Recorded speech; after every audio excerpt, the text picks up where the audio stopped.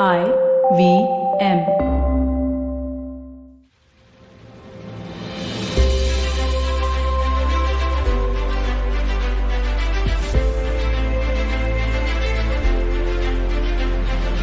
Hey guys, welcome to another episode of This Round is on Me.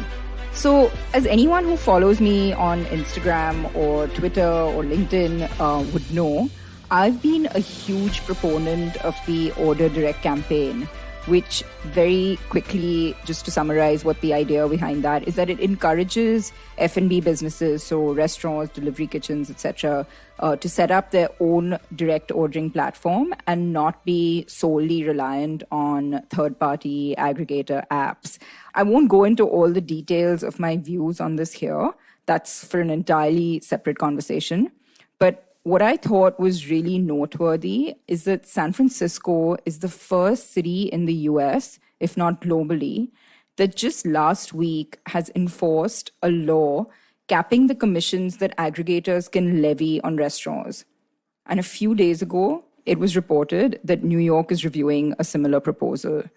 Guys, I mean, that is huge news for our industry. And I really, really hope it sets a precedent for a lot more cities around the world to follow suit.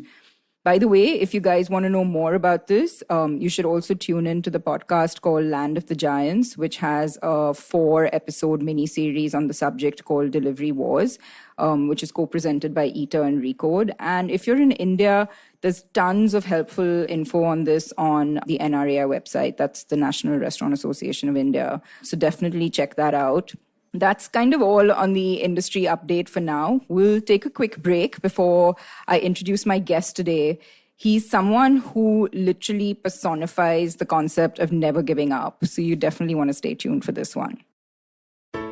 Hello, everybody. Welcome to another great week on the IVM Podcast Network. If you are not following us on social media, please do. We're IVM Podcast on Twitter, Facebook, and Instagram. We'd like to thank the sponsors on the network this week. Thank you so much to Cred, Ciet, and Global Victoria. Without you guys, this thing would not be possible. So, on the note, Maruk Inayat gives us an overview of the potential Twitter ban in India. On This Round is on Me, Gauri Devidayal was joined by actor-producer Poorna Jagannathan to talk about her career in Bollywood, Hollywood, and theatre. She talks about the upcoming season of the show Never Have I Ever. On Cyrus Says, we had legendary musician Usha Uttup. She took us through her journey and shared her experiences as the unconventional musician. In the second installment of the Father's Day special on Akla Station Adulthood, Ayushi has a candid conversation with her father, Siddhartha Amin. On the Global Victoria Tech Talks podcast, we showcase some compelling new tech stories coming out of Melbourne. Whether it's from the buzzing gaming industry or the robust edtech sector, Victoria is increasingly becoming a hub of emerging technology. And we talk to some thought leaders and industry legends about the same. Catch all the action from the World Test Championship on the Edges and Sledges podcast. For our Hindi listeners, we have Khel Niti, which goes live on YouTube every morning. And with that, let's get you back to your show. Harsh, I'm so incredibly excited to have you join me on the show. And thank you for agreeing to come and share your story with us. Thank you, Gauri, for having me. So, I'm sure many of our listeners today would have watched the movie Everest on Netflix, which is about two of the greatest climbers, Rob Hall and Scott Fisher, taking their groups out to Everest and sadly not returning. This was about an expedition back in '96, and I've read and watched everything about this, and here's why. So I was an avid trekker in my younger years, and I happened to be embarking on my very first mountain climb in '95 in Nepal. And I was in Lukla, which is where the Everest trek begins, when Rob Hall's group was actually returning from a failed attempt to Everest. And they were boarding the small little plane to go back to Kathmandu shortly after we arrived in Lukla. And that was the first time I had ever seen someone who had been on the mountain. And as a budding climber myself, I was awestruck.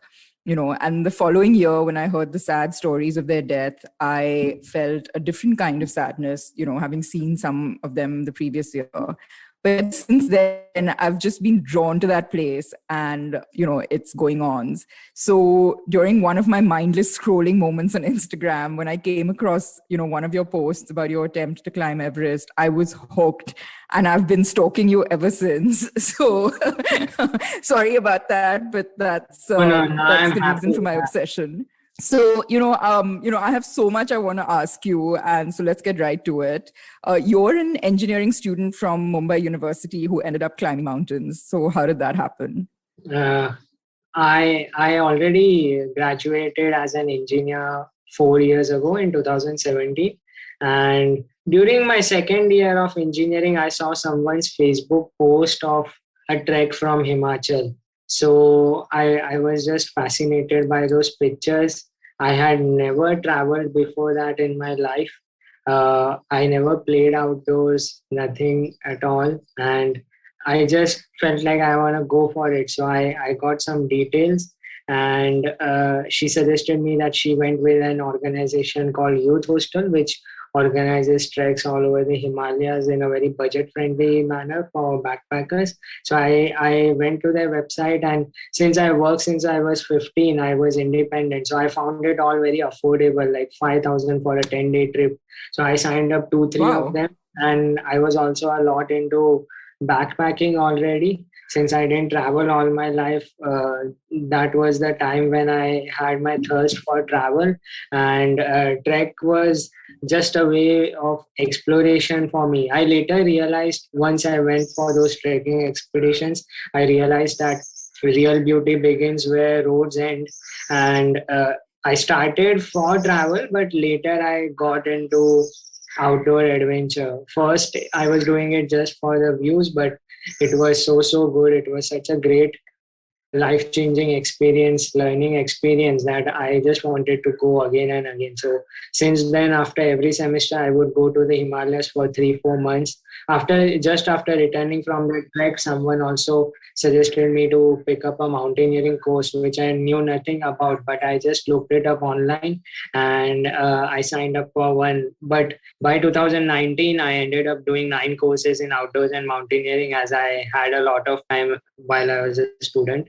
And then I planned to climb Everest in 2020, but due to the pandemic, it was pushed to 2021.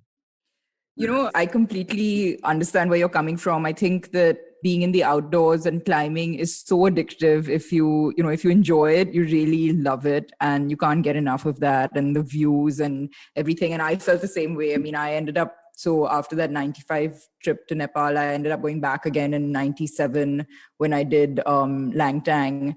And then in 99, I actually went through NIM as well in Uttarkashi. I have no idea how I got through that because I'm the most, I think, unfit person. And it's amazing because I think it's a highly subsidized program, and I think it's meant more for people who maybe from the army, and through and through, I managed to get a spot in there, which I felt really lucky to have. So. I did 2 courses from NIM. So you did the basic and the advanced. You recognize the NIM logo. Yeah. I did my advanced and search and rescue from NIM. And yeah, it's a Ministry of Defense Institute. I had to wait for 3 years to get seat for some stuff. And I was procrastinating my MS in US plan and then MBA plans, just because I was like, I took a gap year कि अरे नहीं वो साल तो मुझे NIM जाना है, जब वो नहीं होगा तब तक मैं आगे कुछ और नहीं करूँगा. So, yeah, I mean, guys, just to get some perspective, when I did this back in 99, I think it was 10,000 rupees, if I'm not mistaken, for a 4-week course. I don't know what it was. It must have been lesser because I paid 5,000 and 7,500 for both my courses. You're kidding. So wow. back in those days, it was like 1,000, 2,000, which also meant a lot. I think it was that for like if you were from the army, but because I wasn't, I went through some random connect. Maybe it was a little more, but that honestly, I mean, imagine 4 weeks, intense mountaineering, all expenses covered. I mean, it's really a mountaineer's sort of dream opportunity. And I think, and I know that they still have the courses going, I think maybe not last year, but this year as well, because my nephew was trying to go. So it's really now amazing. The fees is 15,000 after subsidy. Wow. So the NIM's principal was with me at Everest this year. Oh, and okay. their ex-principals, HMI's principal, all are my friends. Some are my batchmates from some courses. And now the fees is 15,000, and they spend over 80,000 rupees per student. Wow. Just on the logistics and food and everything. The equipment and infrastructure is like invaluable. So it's a very great opportunity which we all have, and they are, since mountaineering is such a niche in India, they are just trying to promote it as a sport and create awareness and increase the safety standards in India. No, it's incredible. It's really an incredible opportunity for those who are into mountaineering. So, I mean, speaking a little bit about these incredibly subsidized courses that NIM runs, I've heard you mention previously that one of the biggest obstacles for you achieving your dream, your Everest dream, was not the physical challenge as much as the financial one. And, this sounds like, it actually sounds like many an entrepreneur story, honestly. But take us through what it costs to scale the world's highest peak and how you went about tackling this challenge. Oh, yeah. For people who don't know, it takes at least 2 months to climb Everest. And the expense is minimum 50 lakh Indian rupees. Even if you do it in the most basic manner, in the most minimalistic manner.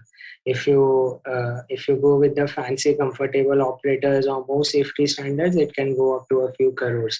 And uh, raising funds for Everest is sometimes as difficult, if not more difficult, than climbing Everest itself. So it is also like climbing the financial mountain. So I was gonna go for an MBA in marketing after my engineering. I even appeared for CAT, CMAT, SNAP, CET, everything. And just when I was about to uh, finalize my admission in one of the B schools, I realized, and people made me realize that, hey, your life is much better in the mountains. You seem much happier there, and you are anyways never going to take up a job, because by then I had spent enough time in the Himalayas that I can never do a nine Go to back five. to the desk. At least in India, where the work-life balance is really stressful. So I would tell people that, okay, I'll never go for a corporate job, and I was just getting an MBA for stability, for security, and for learning just out of passion, but it was very expensive. So that is when I decided, and my parents also encouraged me, ki, hey, you should start something of your own in Ladakh, because you spend most of your time there, you are very happy there, and you are good at it. So I wanted to bring professionalism into outdoor industry, which I worked in over the past few years. And I decided, okay, I'll pursue my Everest dream, because since the day I started trekking 7-8 years ago, whatever I get into, I like to do it passionately, not like a pro, but still at least passionately. And I think it is every trekker's dream to experience the journey to the top of the world and witness the view from the summit of Mount Everest. So I knew that I would go there one day, but I didn't know when, because I didn't know when I would have the time, when I would have enough experience and be prepared for it, and when I would be able to afford such a huge sum of 40, 50, 70 lakh rupees. But then when I dropped my idea of going for an MBA, I decided to climb Everest in 2020 over next 3-4 years, such that while preparing for Everest, I would get to learn much more, and while raising funds for it, it would be a substitute for my MBA. And obviously, the climb to Everest gives you a lot of great life lessons, which I cannot even express. So that is how it started. And then I created a campaign for fundraising, and uh, it was a mixture of everything. Nothing, there's no one golden rule that how you can get funds for Everest and why someone would give, why the government or sponsorship or crowdfunding or anything would work. So for me, my expense were around 60 lakh rupees, and from that, around 24 lakhs were crowdfunded, because I have a very strong network and I have good relationships with people. And even many strangers donated. So at least 50% of the people who donated, I've never met them, I've never Wow. spoken to them, but they were inspired from my journey, and they heard about it from somewhere, or they knew me. So and since I'm an IT engineer, I developed my own website, own fundraising website, which definitely worked well.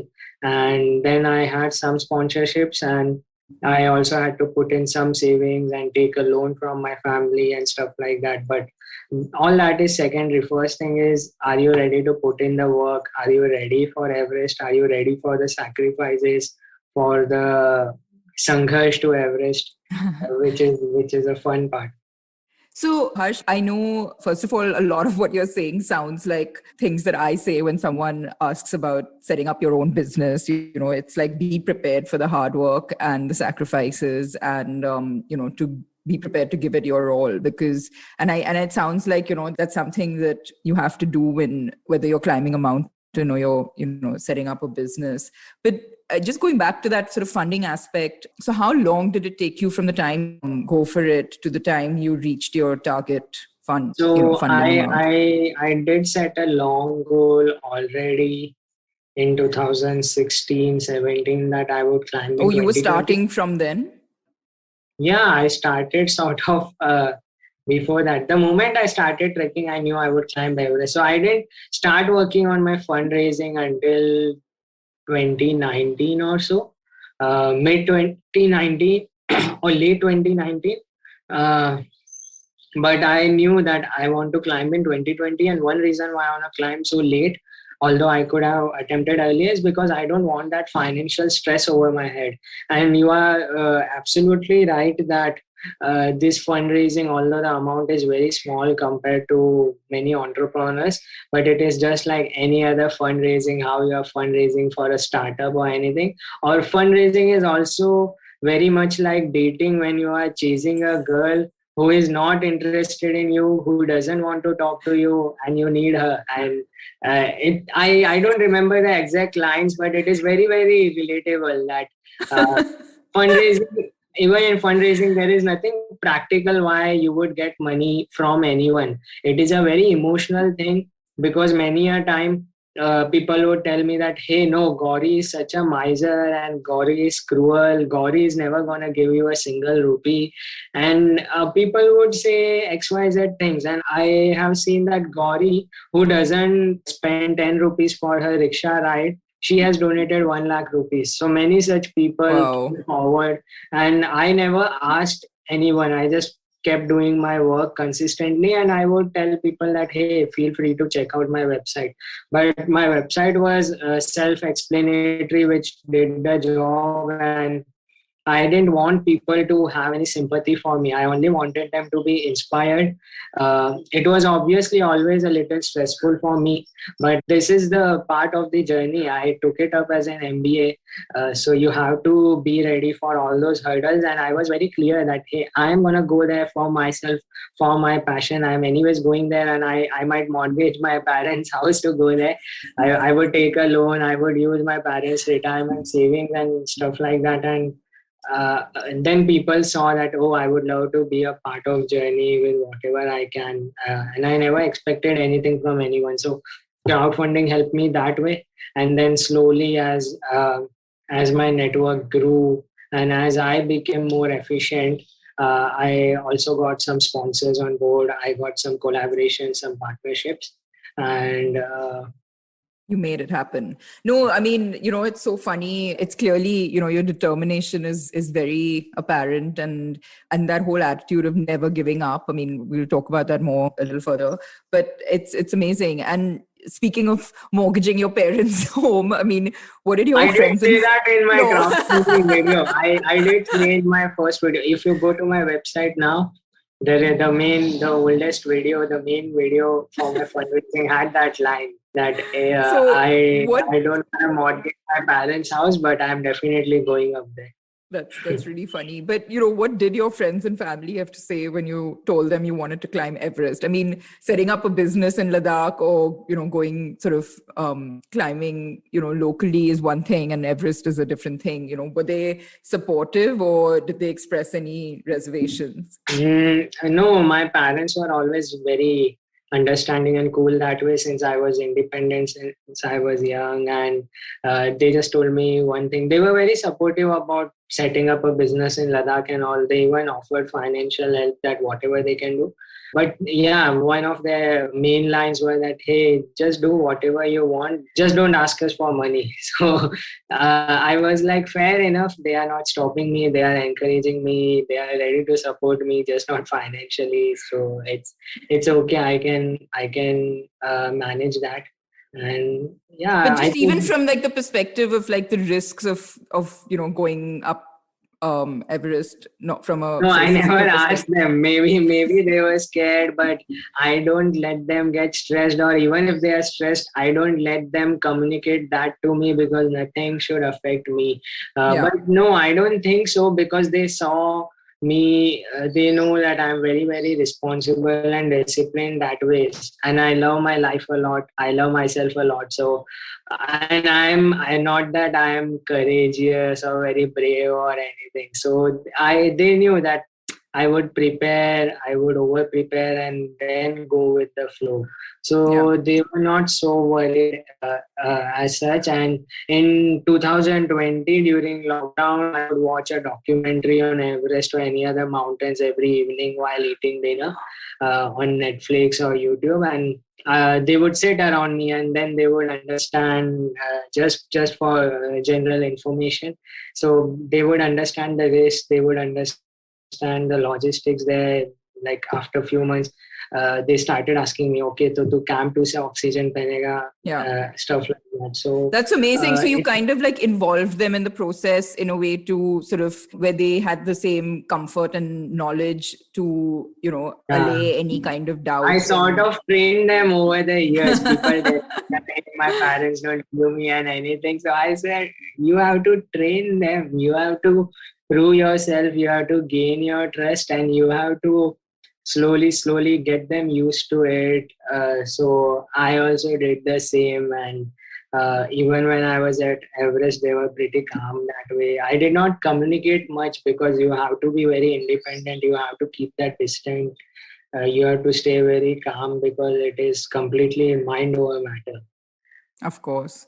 I can sort of believe that. So, you've talked about how you were ready to attempt Everest in 2020 originally, but then I'm guessing the pandemic threw that plan askew. Mm. How did you deal with the disappointment initially of not being able to go when you had planned?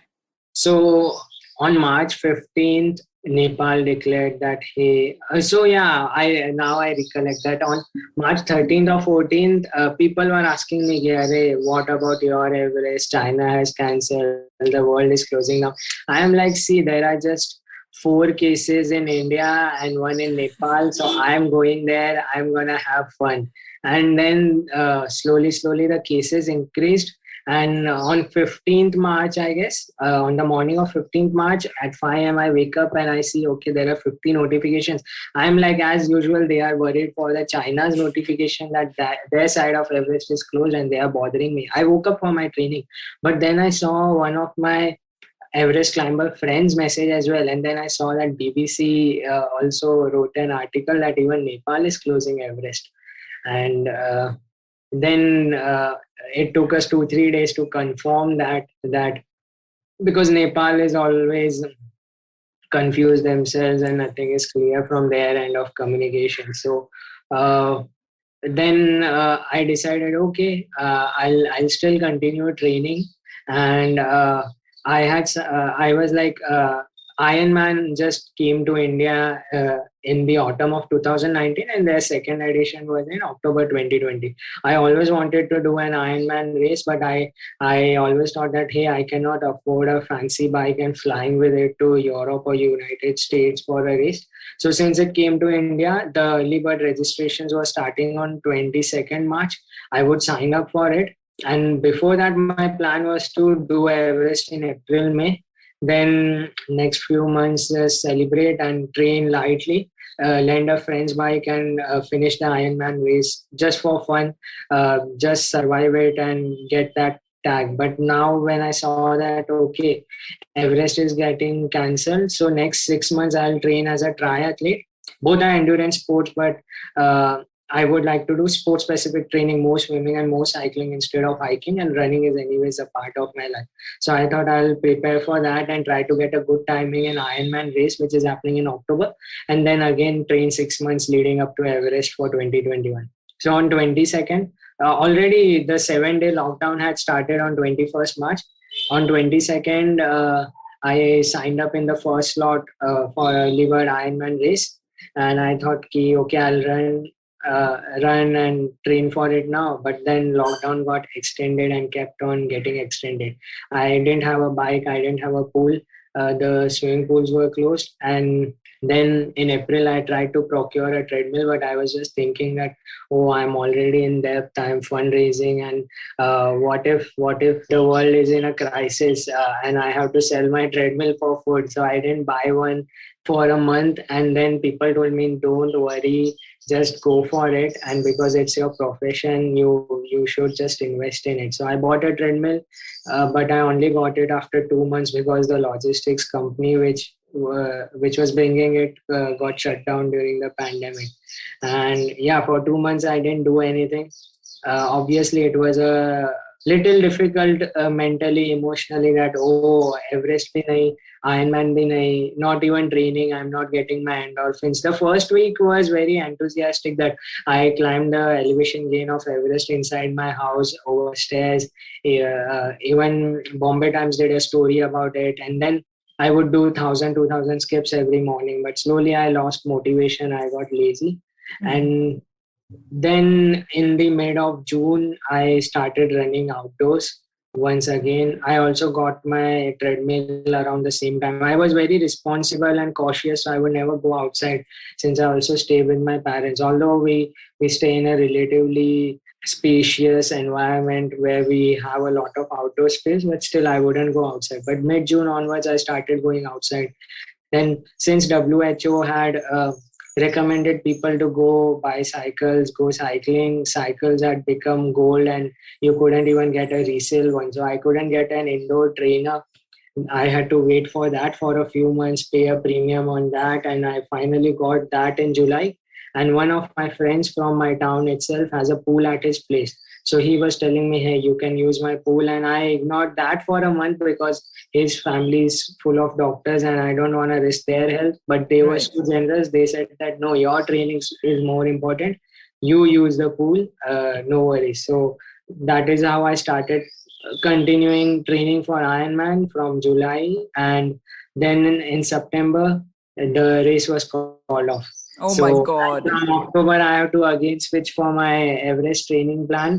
But then during my last week of training, like in the end of September, one day while swimming, I just thought that, hey, maybe I can just do the same distance, same rules and everything by myself, because I live in a place with good infrastructure.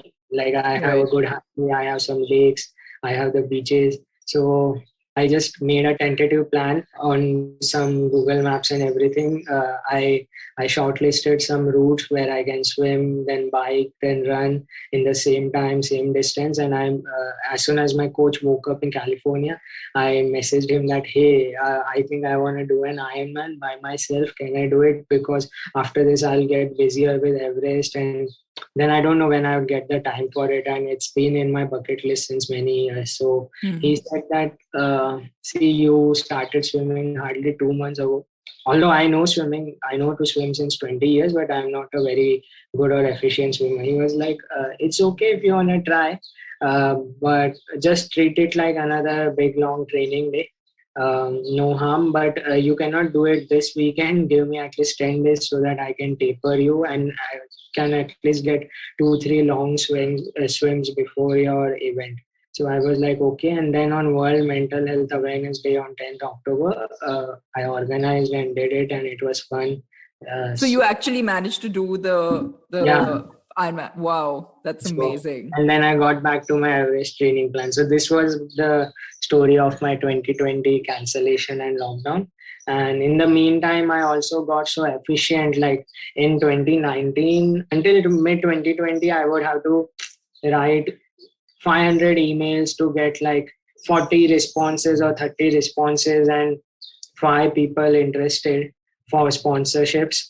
But then in 2020, I would write 100 emails and get 30 replies and 5 people getting converted or negotiating. And then by 2021, it was even stronger. Like Out of 10 people I email, I get at least 8 replies, and 2 3 people end up coming with an offer. So 2020 was the best year for me because I learned a lot. Although I value time a lot, so it's okay if I wouldn't have raised the amount. I would have still went ahead and climbed it and done something else. But it's okay. Like, it wasn't in our hand, and then finally it's done. So Yeah. Well, I guess, I mean, listening to you, it sounds like sometimes, when one sort of path closes, you find another one, but it all works out in the end. It's not, but I think staying committed to the cause is what's important, and not sort of giving up yeah, is, it's all about the attitude, all about the perspective. yeah. Yeah, completely. So, fast forward to 2021, and you've finally taken off to Nepal. I understand you were asymptomatic and tested positive for COVID on the mountain. Is that correct? Yeah. Yeah. And then you had to deal with the destructive forces of Cyclone Yas, which was passing over the Bay of Not Bengal, just cyclone, and yes, headed both the northbound. cyclones were very notorious for us up there. The Yeah. cyclone from Arabian Which Sea, obviously, as well as Yas. oh, that affected you guys as well. Wow. Yeah. And, obviously that pushed your summit attempts back by quite a few days. And you also talked about a Sherpa friend of yours who died by falling into a crevice on Everest. This really sounds, like a journey of expecting the unexpected. Take us through, the fears, stresses, doubts you felt on this expedition. And did you ever doubt whether you would have a successful summit, or did you ever feel like turning back? So obviously, when you go for a big mountain like that, you have to be prepared that the chances of a successful summit are just 50%. Even if you have done everything right, there are a lot of unforeseen things which can happen up there, which are not in your power. Obviously, this year was very different because of everything going wrong and everything being so adventurous. Also, some misadventures. So, to start with, there was very low snowfall during last winter, because of which Everest and all the neighboring peaks in that region of the Himalayas became very difficult to climb, because it is always easier to climb in snow than rock, Hmm. for people who don't know. And then the route from base camp to Camp 1 at Everest has this area called Khumbu Glacier, Khumbu Icefall, which is the most dangerous part of Everest, more difficult than the summit, or more dangerous, like maximum deaths and accidents happen up there. So, due to climate change, and we don't know why, for what other reason, the route became much longer. This year, everyone, even the Sherpas, took double or more than double the time to reach from base camp to Camp 1 than they would take every year. The crevasses were bigger, the route was more zigzag. In actually, this is the area, Khumbu Glacier, to go to Camp 1. Camp 1 is here, then Camp 2, Camp 3, and up there is Camp 4 to summit. So this area, Khumbu Glacier, is like the most dangerous where maximum deaths happen. And even this year, there were a few accidents out there. So that was one very difficult part. We were thinking that, oh, we are spending all our energy here, then how would we make it to the summit?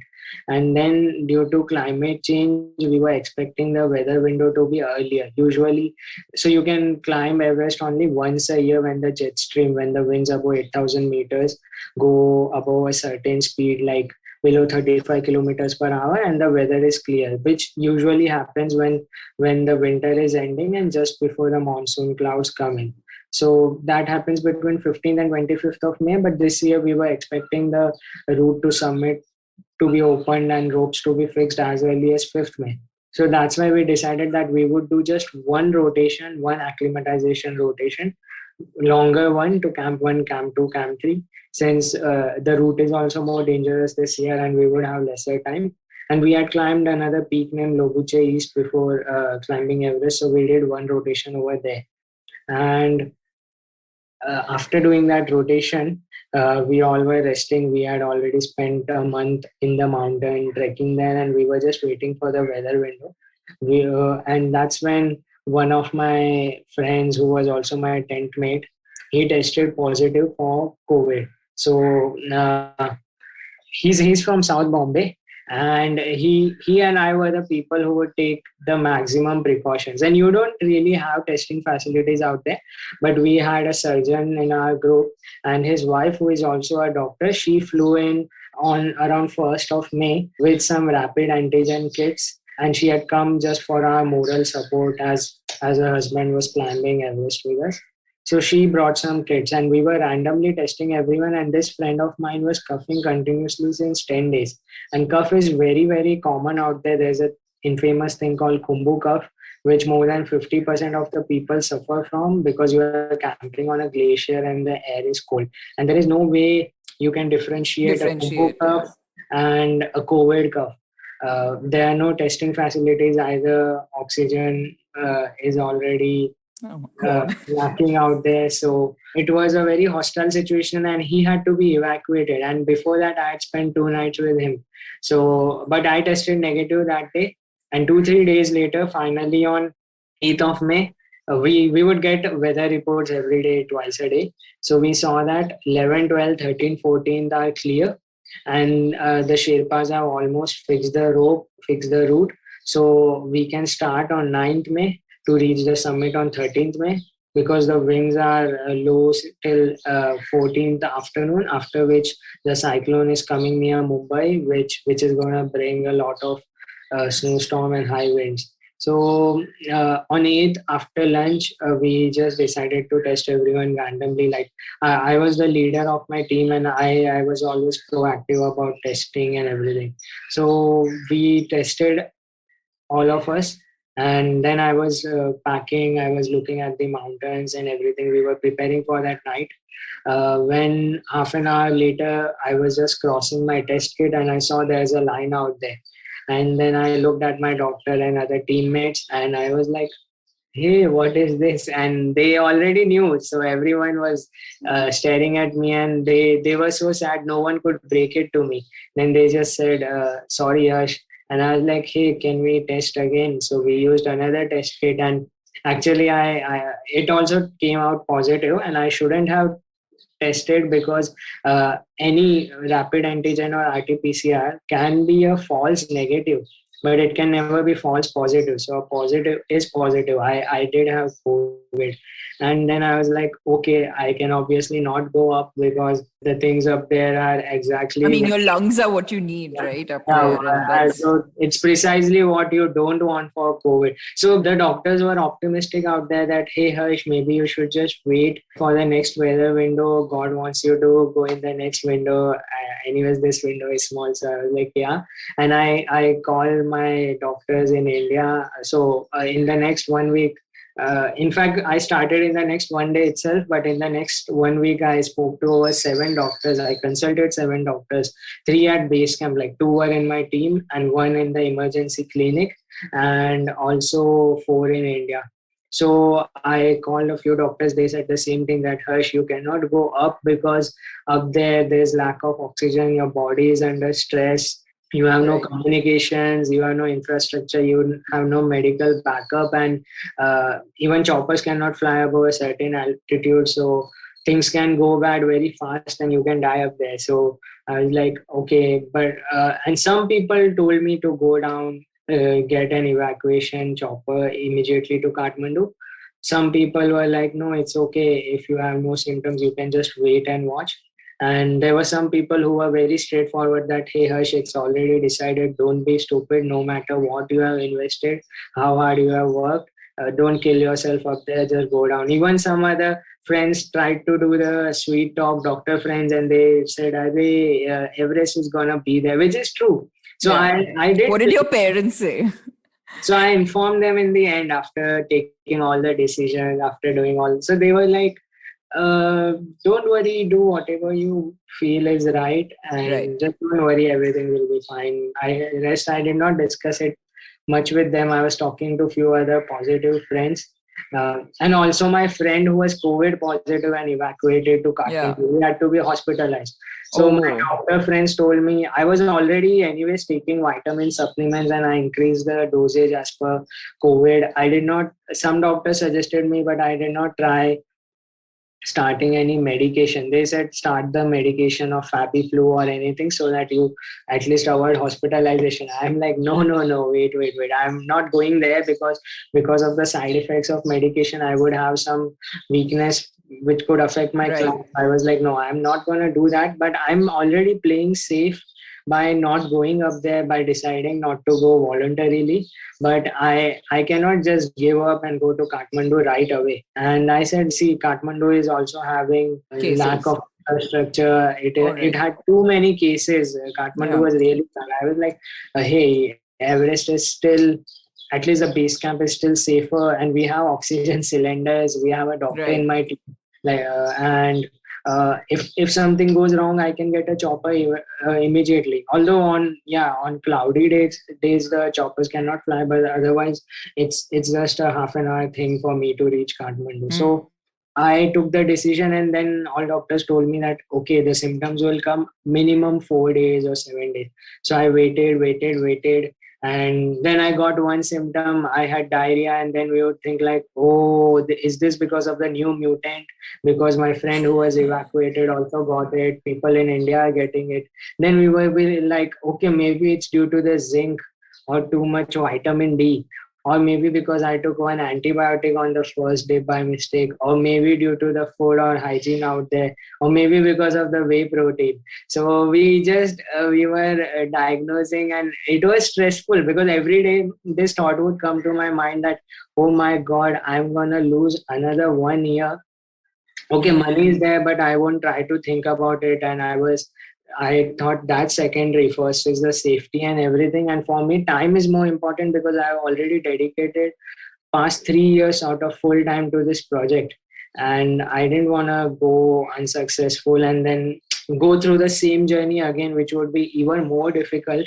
And also the fundraising part and everything. But I want to kind of stop you for a second there, because this is the exact thing that actually, ends up being quite fatal for a lot of climbers, right? Like, Yeah, for it clouds example, people's judgment.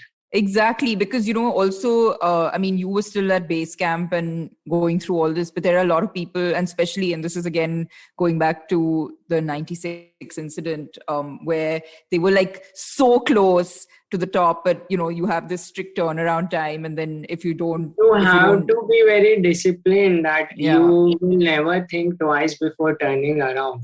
So I was always clear ki no, I want to live. And that's why, like I said, I didn't care so much about the money, although it was also a very big aspect of the expedition. But for me, time was important because I wanted to get done with this and apply for masters or just get going with my career, move to another country. And I would keep coming back to the mountains, and I will train for it because it's a lifestyle. But I wouldn't want to come back to Everest with more pressure next year to the same mountain, that too without being successful the last time, right? So I just wanted to finish that, but still I stayed, and I stayed calm. Neither did I give up, and I followed all suggestions from people that I would take steam 4 times a day. I would do hot salt water gargle few times a day. I would gargle with deter. Then two, three Eat different. healthy by the truckload. No. I didn't do that. But so my team surgeon told me, hey, do pranayam. I ignored that. But then some doctors from India also said that, hey, do pranayam. Uh, it will help you increase your oxygen saturation. Wow. And then I googled how to do pranayam using a satellite internet, and I started doing that, and it used to actually help, at least in the oximeter reading. It would make a considerable difference. And then Wow. I just waited, and after 7 8 days I visited the Himalayan Rescue Association's clinic. The doctor out there, he knew me already, and he checked This my is at chest base using camp. Yeah, at base camp, there's a small clinic in a tent for emergency situations. So that doctor, he checked my chest using a stethoscope for any infections, and he said there are no infections for sure, no major, and you seem to be asymptomatic. You are recovering. Just wait for another 3 days, and then you can go up. And then, as I completed my isolation period, I went for a hike to a nearby peak, to a high camp on a nearby peak. And it was a few hours. It was 400 meters elevation gain, and I was just as fast as earlier. Everything was normal, so I was happy that okay, nothing happened so far. So probably I'm immortal. So what date are we looking at now? So But now it's 17th, 18th of May, like 10, 11 days. And the doctors, so my team doctor, the doctor in those emergency clinics and doctors in India all said that, hey, one thing is for sure that after 11 days, even if you have symptoms, even if you are on ventilator, you can definitely not transmit the virus to anyone. So that was also a big relief because so far I was eating outside in the cold, just voluntarily. And my team, which had gone up to summit on 13th, right. none of them could. In fact, two people, not from my team, but two people died on Oh 13th. no. On the night of 12th and morning of 13th while descending. So when my team reached Camp 4, the wind suddenly rose, Picked up. and it was too strong that nobody could get out of the tent from any of the teams. And two people who were coming down from the summit, who had submitted on 12th morning, they needed help. Like they were really exhausted and they were not able to come down. So actually we got a call from Kathmandu from their organizer that, hey, two of our people are still up there, and can your Sherpas help us? And my Sherpas, like from our team, were very strong, experienced, and all Sherpas are very kind, very helpful. They are superhumans, and they never say no. But that time when I walkie-talkied from base camp to camp 2 and camp 4, my Sherpa responded ki, yeah, I can see the lights at balcony, which is like 4 hours away. But it's so windy that we are not able to go from one Too tent to other. dangerous. And they said that the only Wow. help which I can do is that if they crawl till my tent, I can give them hot water and soup. So he was very honest Wow. and straightforward, and we all were like, even I would tell to the slowest climber of my group that, hey, it's okay if you die up there, but nothing should happen to my Sherpas. Don't risk others' lives. So I actually told that to someone again and again. And my team had to return. So that night they somehow survived holding the tent on supplemental oxygen. They used 5 bottles of oxygen in that push, and then they came all the way down to base camp over next 2 days. And because Cyclone Yas came earlier than expected, and then Right. the Cyclone Yas stayed on the mountain till 21st March. It also dumped a lot of snow and stuff, and we all were just wondering, ki, oh, this season is very very strange. Are people gonna be able to make it to the summit? Because on 11th and 12th, some climbers made it like 30-40, but still 80%, A lot 20% in. people Yeah. were still on the So were mountain. you aware at that point that there would likely be another window allowing you to climb, No, you or just have to wait and watch. Yeah, we were in the hope that it will get better sometime or the other. And the predictions change every day. So the report which we got on 13th said that, okay, the weather is better from 18th. Then on 14th, it would say from 19th. Then on 15th, the 19th wind will also increase a little. So it kept on getting pushed. And then by that time I recovered. My team was down, but you cannot go to summit twice in a week. It's like your body needs much longer to recover. Usually people don't get a second chance in the same year to go in the dead right? zone above 8,000 meters again.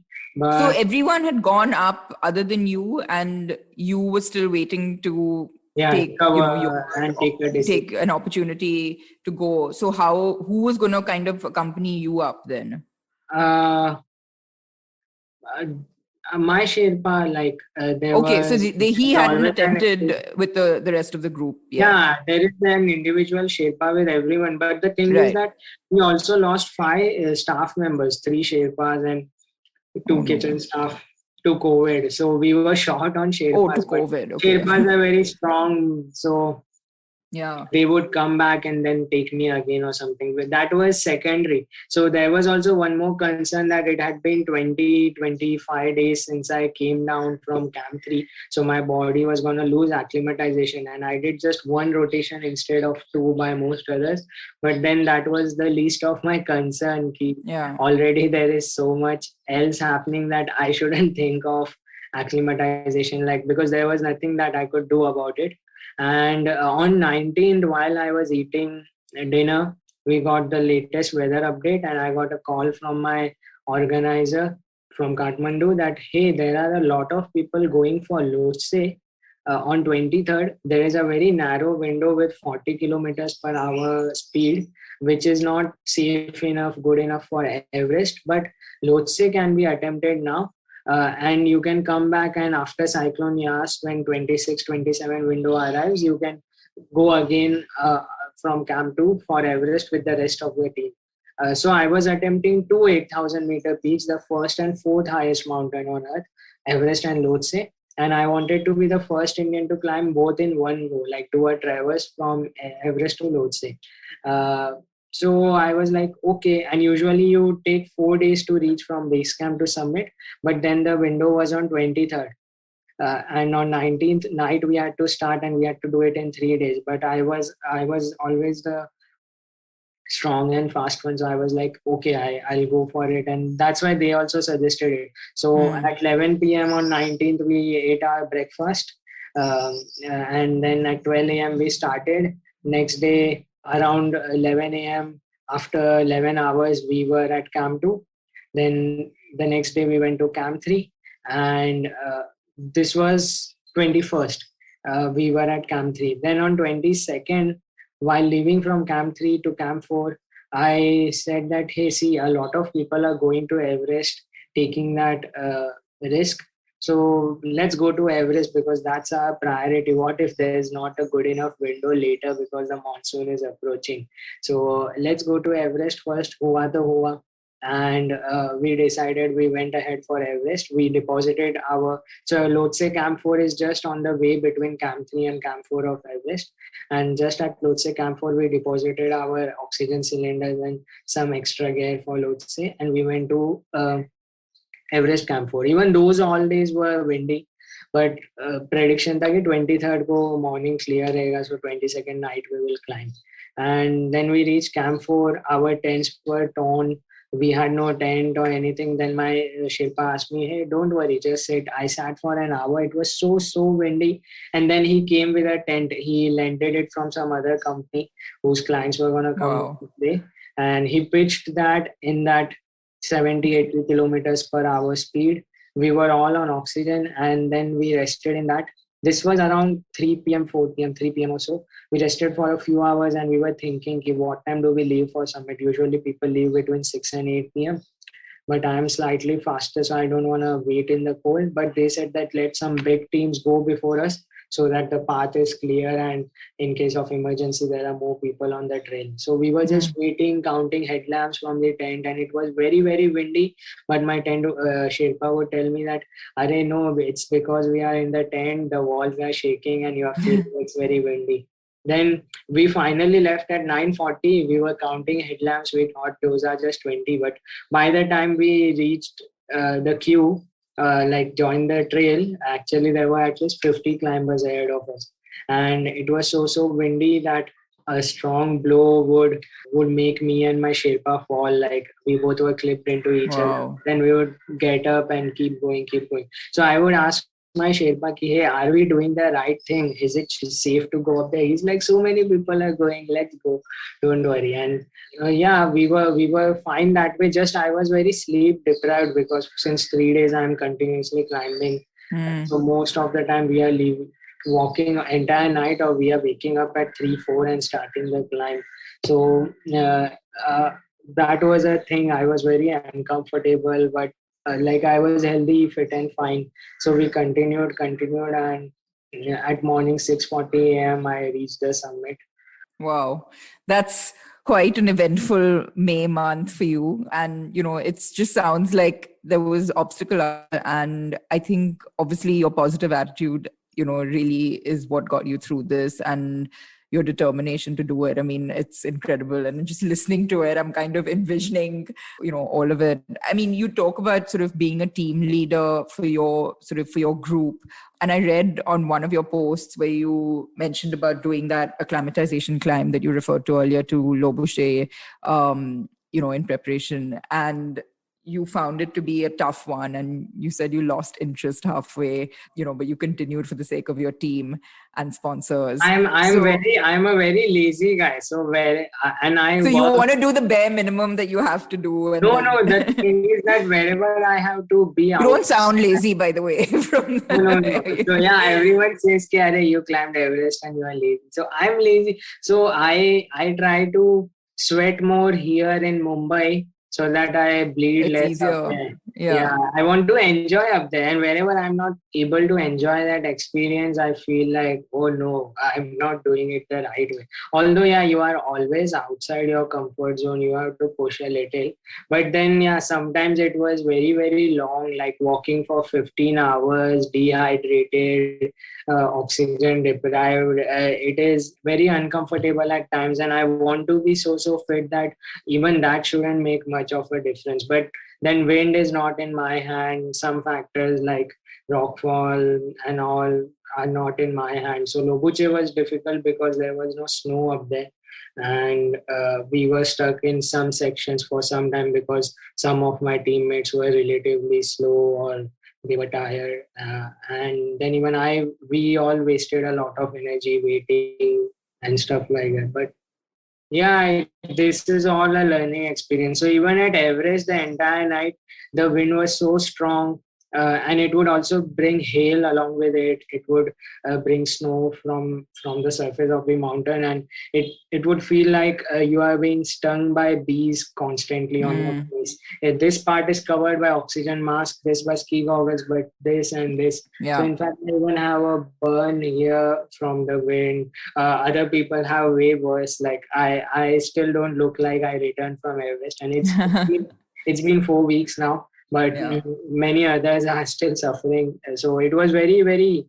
But how do you deal with that whole sort of aspect of, working as a team, even though you know that people are slowing you down, or when you're climbing and it's so frustrating because, you're sort of physically ready to keep going and you have to wait in the queue, or, others are sort of So at slowing you down. Everest Summit push, you don't have to worry about that. Like when you go from Camp 4, everyone is with their personal individual Sherpa, which is anyways mandatory.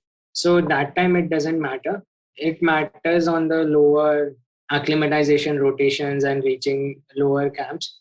But yeah, that's a part of the journey, and you have to be in a team for safety and stuff unless you have multiple Sherpas, because if anyone one guy falls, slips, is not feeling well, or needs something, then people can be of help to each other, can come to each other's rescue. So, there are always pros and cons, and that's why we always try to select a good team with strong people, more experienced people, or more dedicated people. But still, you don't know people are coming from around the globe. Even the organizers don't know how is everyone, and sometimes you can have some rotten tomatoes in the Yeah, I guess you have to be prepared for everything. Harsh, this expedition was a rare feat, not just for making the summit and back, but because you opted to do it also in an eco-friendly way. And I believe you use solar panels for heating instead of the commonly used non-renewable rather, diesel fuel. And you're very involved with Project Chirag, is that right? Back in India. So why was this so important to you? And, are you seeing this as a growing trend amongst mountaineers to try and use more sustainable methods in light of climate change?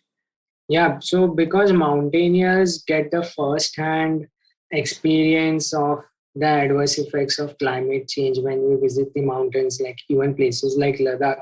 Although even the urban places are realizing the issues, but people from the mountains are really suffering a lot. They are losing lives, they are losing homes because of a lot of things related to climate change. So I wanted to do something in sustainable development, and since I also work around impact tourism in Ladakh, so I saw sustainability development goals which I showed by United Nations, and from those 17 goals as suggested by them, I thought that solar renewable energy can solve a lot of issues, because I saw that in the remote villages in the Himalayas, it take decades for grid electricity to reach there, and then another few decades for education, healthcare. They don't have communications. In case of emergencies, it is very difficult. They hardly have any livelihood. And not just there, I Right. was surprised when I visited one of the villages, like three of the villages in a region 3 hours from Mumbai in Maharashtra. I visited that place last week with Project Chirag, and I was surprised that 3 hours from Mumbai, there's a place where there is no electricity. Mm. People trek for 4 hours to get 2 pots of water, drinking water. So they have some rivers, but 2 hours of trek for it. They cannot grow crops half of the year, no irrigation. They don't have livelihoods. So everyone is migrating, and even in that, people die. So I thought that solar could not only solve, like, help us battle climate change, but it can also solve a lot of socio-economic issues, because people who don't have electricity lose 12 hours of light a day, and it's a big thing. A lot of people don't even have solar torches and all, they cannot afford it. And if someone has one, when one family member goes out to check the farms or the cattle or anything, the rest of the people stay in darkness. Places where there are some educational centers, like places in Ladakh where there are some schools where class 1 to 10 are taught by one single teacher in one room. Even there, students cannot do homework because they don't have light. People cannot work. Obviously, no internet. In terms of any emergency, they cannot call anyone. No, even satellite phones won't work. So I thought that I want to promote solar. Like, I'm climbing just for my passion, but there is some cause which I can support or promote. And I was trying to create awareness about solar energy by me completely using solar up there, just trying to set an example that when people make mindful choices in the urban environments, they can make a much bigger difference. That's amazing. I mean, that's a subject, that sort of a whole And then other Project subject that. Chirag came forward in 2020. They got in touch with me, and they said that, hey, you Mm. doing what you are doing, and we will support you with all the resources you need. So even if you identify some villages in Ladakh or Nepal which need help, uh, we will be happy to provide you the resources and funds and manpower for it. So now Nepal is under lockdown, but hopefully in a month or two we'll be electrifying a village where we could support 400 houses or so with solar lighting system or something alike. That's amazing. I want to just ask you, sorry, going back to that sort of summit, and can you remember and describe the feeling of being on top of the world, literally? So 1 hour before I was reaching the top of the world, around 5:30 a.m. or so. So from 3:30 to 5:30, it was very, very beautiful. Although I couldn't click much pictures and I couldn't enjoy the view as I was focusing on climbing, and it was windy. But you could see the magical colors on the uh, west side, on no yeah on the east side, on the Tibet side. So it was blue, violet, then red, orange, and on the um, other side, on the west side, you could see the shadow of the pyramid of Everest, a huge shadow over the Himalayas. So it was very beautiful. And at 5:30, I reached this place called South Summit. From there, from where the summit is like one and a half hour away, and yeah, there I had tears of joy, but then you cannot really cry up there because the tears will freeze. So I just focused on going ahead, and then suddenly my Sherpa increased my oxygen flow, and we covered that distance in like 20 minutes, half an hour. I was Wow. panting, I was very tired, but he was like, "Chalo na, abhi kar dete," because then the winds might rise again. That time the winds had stopped for a little bit. And as soon as we reached the summit, the winds were up again. So at the summit, I just clicked few pictures. Actually, I just recorded a video and turned all the flags, the tricolor and everything. And then I was like, let's go down. Because as soon as I reached the summit, I was just relieved. I felt indifferent. Okay, just that it's done. And I knew that it's just half job done. Like You have to going get up, back down. but going up is optional, but coming down is mandatory, and 90% of the accidents and fatalities happen while coming down. Plus, I also have Lhotse to climb. So I was like, okay, let's go down. So within 10 minutes, I thought of that. And as soon as I reached the summit, I reached out to my chest pocket to get my camera. And I saw that the zip was open and the camera was gone. So it was my primary camera. I lost the footage of past 1 week, but I didn't think much about it because Wow. I could do. I knew that I wouldn't find it up there. And the next day, my Sherpa told me that he saw something falling at the South Summit when I was taking my energy bar, but it was long gone in Tibet, like maybe 10,000 feet drop. And then I would tell people that we'll find it 100 years later when the glaciers melt. So I lost some memories, but it was okay. And I am glad that I lost it before reaching the summit and I didn't lose my summit footage. I, Yeah. I clicked some from my phone then and using my GoPro. And then I started getting down. So after 10 minutes, my Sherpas were like, we want pictures for our children and stuff. So another 5-6 minutes I shot for them. And then we started descending down. Yeah. Amazing. I So was not you've euphoric or excited how people would think that, oh, did you feel like top of the world? No, I was very calm that way and I'm happy. I'm still very calm. So whenever people are asking me, how did you feel? I'm just telling them, wait for the book. And I didn't even tell my parents how did I feel because I'm still overwhelmed and I'm still trying to grasp the lessons from there. And I was just grateful after all the challenges, after all the odds we faced, and so many people looking for me, so many people praying for me. So it was more about everyone else's dream come true, and it was just a relief. That's amazing. I mean, yes, we are waiting for the book for sure, and the movie, and whatever else is gonna come. But you've summited Everest at the ripe old age of 24. What's next for I'm Harshvardhan 25 Joshi? now, Oh, you're but 25 I now. wish Okay. I was 24, and thank you for saying that. But I'm 25, so now I'm writing my book, preparing for my next mountain, another 8,000 I'll climb this autumn without supplemental oxygen just to raise the benchmark. And then another Ironman race this winter, this autumn, if things open up. If not, then I'll just focus on my book, finish that, and apply for scholarships to study something in USA, most probably MBA in marketing or maybe something around sustainability. So I'll just work on my North American dream and try to move it. Amazing. We're going to take a quick break while I feel really unfit and come back and ask Harsh some fun questions off the mountain.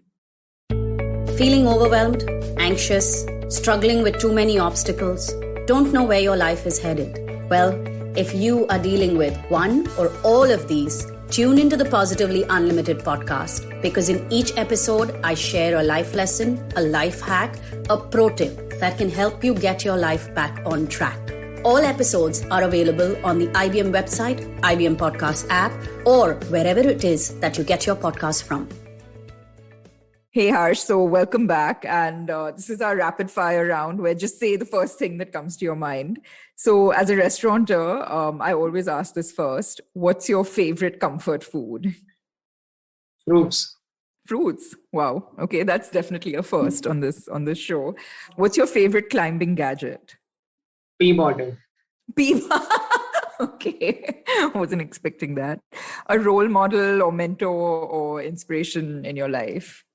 Nims Dai, he's a mountaineer. Okay. If not a mountain climber, what would you be? A helicopter pilot. Oh, okay. Interesting. And last but definitely not the least, what's your advice to budding climbers? Read a lot, train scientifically in a structured way, like over prepare and go with the flow, because in my budding climbers, especially the ones from India, a lot of times show up at the mountain under prepared. So I understand that we don't have the best care and resources available, and many a time we cannot afford some stuff. But at least for training, we don't need money. You don't need money to run. And at least for me, when people make excuses, I show them that how I run only barefoot. So I actually don't have any expense of running. So just take up one sport passionately, which takes care of your health, and do it in a structured way. Be patient, keep a long-term goal, not like, hey, I want to climb Everest and I want to climb it next year because I can afford it. Be ready to invest 5 years in it. Be ready for sacrifices, but it will be worth the journey. Well, listen, Harshvardhan, we wish you all the very best with whatever adventures lie ahead. And this was hugely inspiring, but also just so much fun listening to your adventure. And I really hope the best for you. And thank you again for making the time to be with us here today. Thank you, Gauri. It was great talking to you, and hopefully next time I'll hear your story. And hopefully we get to meet in person soon as well. Yes, for sure. All right. Take care. Bye. Wow. He made that sound so easy. But of course, it wasn't. Harsh is most lucky for one reason, and that is that he seems to have found what he loves. And when you do that, you'll probably be able to get through anything life throws at you. It really sounds like after tackling the physical training and financial obstacles, it came down to a whole lot of mental strength to deal with all the challenges he couldn't prepare for. A lot like life in general.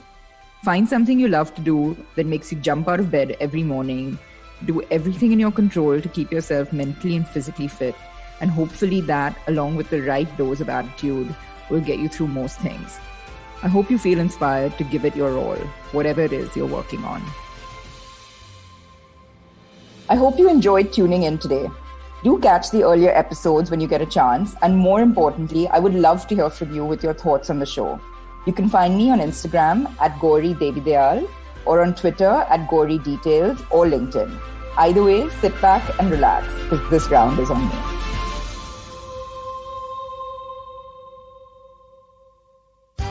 Come learn and experience the ABCDs of being queer with me, Shunetro, and me, Farhad, on our show, Gay BCD. The two of us take you through our stories and experiences of being gay men in the city of Mumbai and have candid and sometimes downright scandalous conversations about sexuality, gay culture, and everything in between. Catch new episodes of Gay BCD every Tuesday on the IVM Podcast website, app, or wherever you get all your podcasts from. पेश खिदमत है आपकी शान में हमारे अंजुमन से. Hi, I am Sadaf. And I'm Arshit. खाने का इतिहास, economics, policy, psychology, सब है मेन्यू पे. Only on the Nankali podcast every Wednesday. सिर्फ IVM Podcast app या वेबसाइट पर या फिर जहां से भी आप अपने पॉडकास्ट सुनते हो.